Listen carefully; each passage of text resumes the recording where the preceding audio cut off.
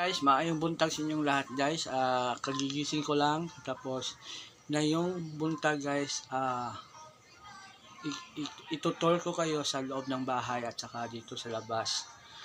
Nandito ako sa terrace guys. Ito yung background ng terrace nila guys. Yan o. Yan. Pero di ko ipapakita sa ibabaw guys. Sa yung kisame nila kay aayusin pa lang yan guys o. Pero wala pa silang ipapalit yan, pero ayusin pa lang nila yan yung kisame yan. Guys, itutol ko naman kayo sa loob ng bahay ng aking tita guys. Ngayon, nandito tayo kanina sa terrace. Yan o. Ipapakita ko lang sa inyo guys kasi itong background nila guys, pero dito lang sinasampay yung mga damit nila guys kasi doon sa labas walang mga sinampayan, dito lang sa loob. Ngayon guys, itutol ko kayo sa loob ng bahay ng aking tita. Okay, punta tayo.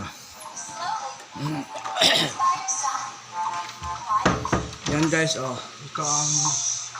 Ito lang sala guys. Yan guys, oh. Ito ang sala nila guys. Tapos malaki ang sala nila guys, oh.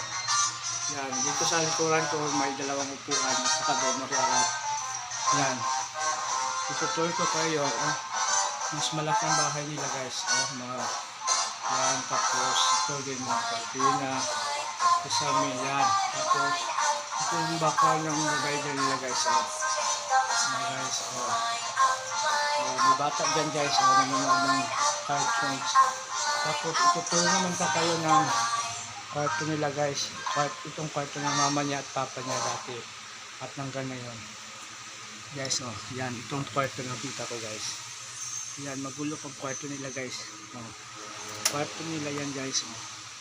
May TV at may labing aparador at saka mga damit. Yan guys, oh, mga damit nila guys. Yan, at saka dito din guys sa kabila, oh, divider at saka cabinet at saka aircon guys. Yan, ewan ko hindi ginagamit yung aircon nila, baka parang sira o hindi na ginagamit. Tapos guys, dito naman tayo guys sa labas. Dito ang kainan nila guys, sa kusina. Ay, dito ang kainan nila, dito sa table nila, saka dito may picture frame guys, saka may ilaw guys, eh. Yan. At guys, hindi ko kayo mapapasok sa isang kwarto guys kasi kwarto ng besi ko yan. Dito tayo sa kusina nila guys. Ito ang kusina nila guys, oh. Yan, kusina nila, lutuan, lababo. At saka dito din best, dito din yung lagayan ng mga sangkap, mga lamas at mga kahit ano pa. Yan guys, oh. Yan, oh. At saka dito din divider. Yan. At saka dito. Yan. Yan guys. Papakita ko naman sa inyo ang isang kwarto guys na hindi natin pwede pasukan kasi nandun yung pinsan ko natutulog. Ituturo ko kayo mamaya sa kwarto niya. At dito guys, dalawang CR. Doon CR at saka banyo dito guys. Yes, pero hindi ko na kailangan pasukin dito kasi maraming lamok doon sa CR sa banyo.